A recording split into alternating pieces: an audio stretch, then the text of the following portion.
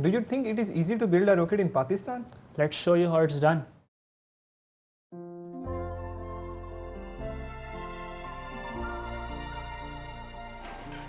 Hey, I'm Lanroza. I'm a senior at PNEC NUST and I'm the team lead of NUST Rocket Team.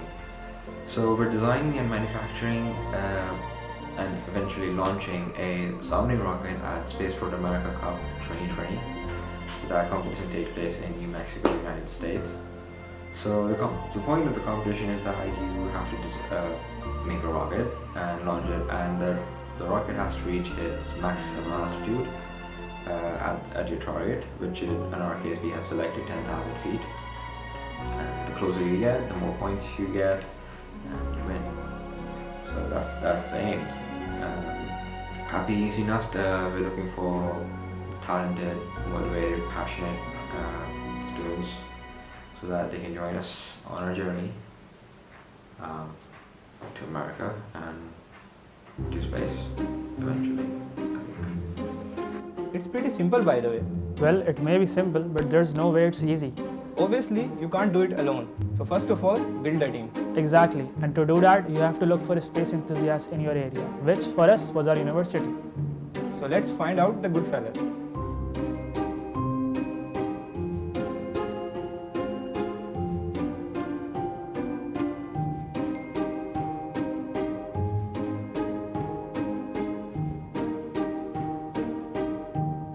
Now the team will learn to conceptualize, design and manufacture a rocket that will be able to reach 10,000 feet.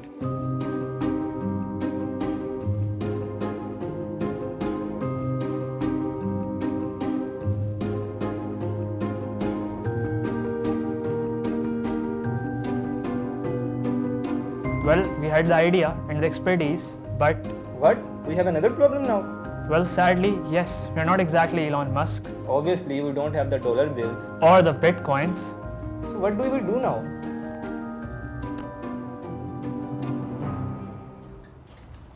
I will bring the money.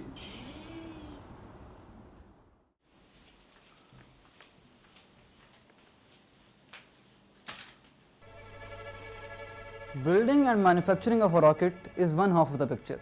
Let me show you the dark side of the moon. Of course, money can't buy happiness, but believe me, in our case, it can build a bloody good damn rocket. My marketing department is divided into 3 sub-departments. The first one is marketing and sponsorship. Its prime responsibility is to generate funds for our technical team and to market our project Raftar. We approach a lot of companies officially through university and unofficially through emails and phone calls. We try to convince them to invest on us. Few of them respond. So that was all our idea. So how you reflect on it? It's a great idea. And we'll go for it. Thank you very much. And the business then. But most of them don't. My second department is social media department. We create awareness and try to bring the space culture among the youth of Pakistan through our social media platforms like Instagram, LinkedIn and Twitter. We also wrote articles on Medium. My third department is event management department. We organize and execute campaigns like astrophotography contests and water rocket competitions and a lot of things like that. Me and boys are really working hard and I believe that we will be successful.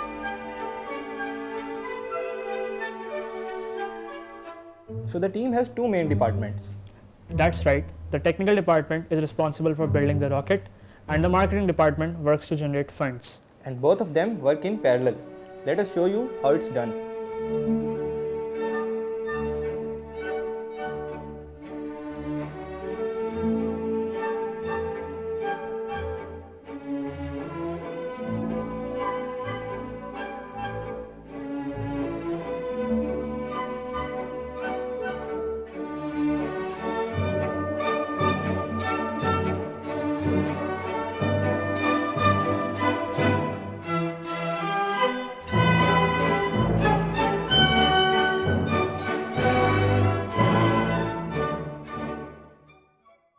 As you can see, both departments are working in full gear. Sadly, but everyone has their limit, don't they? So just give us one chance. Sir, please, sir. Sir, one chance only. Did you get the sponsor? Yeah, no one is giving us a penny, yaar. Bilal, what you are doing, yaar? I said you 100 times, yaar. Don't message him like that. He will not give us a sponsor. What are you doing? I'm making the You just see your captions, yaar. You're still emailing them. I said to you, send them a letter to the university. Boys, if you'll work like this, we'll not get our sponsor. Just change your tune, yaar. Change your attitude. We'll not get a sponsor like this, please.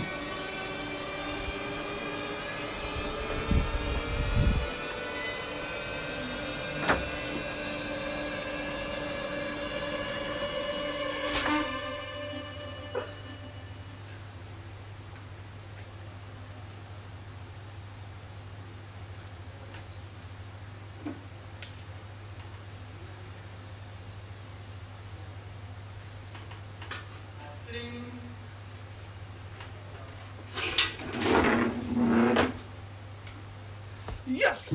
We got the money, bro. Yeah, we do. So let's get real then. You mean we're telling everyone why engineers are virgins? What? Nothing. As you can see, the fabrication process of our rocket is going on right now behind me. So I will explain the aerostructure part of our rocket one by one. First of all comes the nose cone. Nose cone is a O-give shaped nose cone which has a length of 50 cm and made up of carbon fiber material which has been made by a hand layup process. Second comes the airframe which has been made of the same material, carbon fiber, and made by the hand layup process enforced by using epoxy. The different sections are connected using centerings. Then there are airframes, which is the essential component of the rocket and it makes the rocket stable. Then there are bulkheads. Bulkheads are used to transfer the forces throughout the rockets. They also stop the air from flowing through the tubes and in the end protect the avionics bay from the heat of the motor. They are also used to connect the parachute with the rocket using U-bolts and strings. Aluminium centering rings are used to keep the motor in place as well as carbon fiber motor retainer. Then comes the deployment process of our system, which is the recovery system. So our recovery system is based on dual deployment process. So I will explain the deployment process first one by one. So first there is a nylon screws which will be in the parachute section of the rocket. So these nylon screws will be teared down when pressure is applied to them. This pressure is generated using the black powder. When charge is given to them, this will generate the necessary pressure and this charge is placed in the charge canisters of the bulkheads. So this is the deployment process. Then comes what about the parachutes. There are two parachutes. First parachute is of 150 cm dia and this is called drogue. Second is of 300 cm dia which is called the main parachutes. Both of them are made from the same material which is the nylon cloth and nylon shroud lines are applied in them. Other than that, Kevlar shock cords are applied to connect them with bulkheads. So the drogue will be deployed at the apogee and the main parachute will be deployed at the 1500 feet. So after this deployment, our rocket will hit the ground with the speed of 6 meters per second. So that was it for the deployment and the main structure of our rocket. So the next section of the rocket is the avionics section. Now there may be a question, how do you define the term avionics? Avionics is the electrical systems of the rocket that are driven by software. These softwares are programmed in such a way that tells the rocket what to do and how to do. Our rocket uses two brains which are basically the electrical systems of the rocket. These brains come in the form of the main and the redundant flight computers, which are distributed amongst the components of the rocket itself. Now, so starting off with the main flight computer is the MissileWorks RRC-3 flight computer. The task of the MissileWorks RRC-3 flight computer is to deploy two charges. The first charge is a drogue parachute charge which will be deployed at the apogee. The apogee is 10,000 feet above ground level. That drogue charge or that drogue parachute stabilizes the rocket and allows the rocket to begin its descent. We have programmed our MissileWorks RRC-3 in such a way that at 1500 feet above ground level, it deploys the main parachute. The main parachute decreases the velocity of the rocket so that it is recovered safely. The recovery part is carried out by the GPS known as the Featherweight GPS, which is a 900 MHz global positioning system. Now moving forward towards the redundant flight computer. Now the difference between the main and a redundant flight computer is that the redundant flight computer acts as a backup for the main flight computer. The redundant flight computer consists of a single microcontroller, 2 sensors and an SD card module. The first sensor is a BMP280, which is a barometric pressure sensor. The change in pressure allows us to calculate the height or the altitude at which the rocket is at a given time period. The MPU6050 is the second sensor, which basically is our accelerometer and a gyroscope that tells the rocket its position and its acceleration at a certain axis or a certain time period. The SD card module is used to store all of the telemetry data that the rocket has during its whole flight, so that data may be used for further evaluation. The microcontroller we are using is the Arduino Nano V3, which is used to interface all of these components, including the sensors and the SD card module, in the correct manner. As Uncle Ben said, with great power comes great responsibility. So far, you have only seen the rocket itself, but that is not all what NUST Rocket team does. So it's time to show you what's really going on. Let's look at the country we are in, Pakistan. Pakistan was one of the first countries who stepped into space industry. But obviously, that pace did not last very long, The current condition of Pakistan is that we have 2 operating satellites. none of which we actually own. And to add insult to injury, these satellites were not even launched by Pakistan because we do not have launch facilities available. And we have even lost a satellite in space due to lack of ground facility. These conditions are saddening and demand a change. This is where the team comes in. We have not only recognized the dire need of a space program, but have also become aware of the potential that the space industry has in its establishment in the country. The space industry can be the key to solve the economic problems of a country. It can revolutionize the whole industrial sector of Pakistan. Exactly, and this can be achieved through the seemingly infinite links that the space industry makes with other industrial sectors. For example, agriculture, aerospace, and automotive. With the start of a space program, the country can look forward to bring in revenue and create jobs, and create research opportunities in new sectors.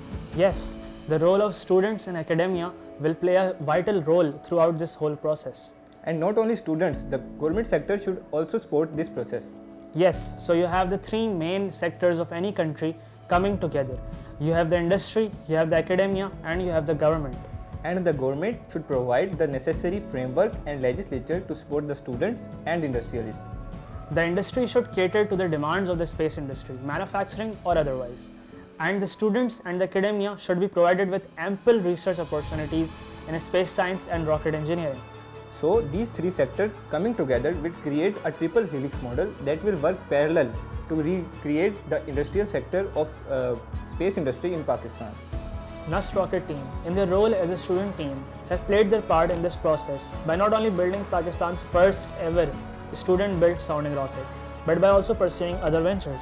Obviously, the team has been working on various awareness campaigns to stimulate the youth to participate in space science and rocketry. And other than that, the team has been working to launch a nationwide bottle rocketry competition as well as local one.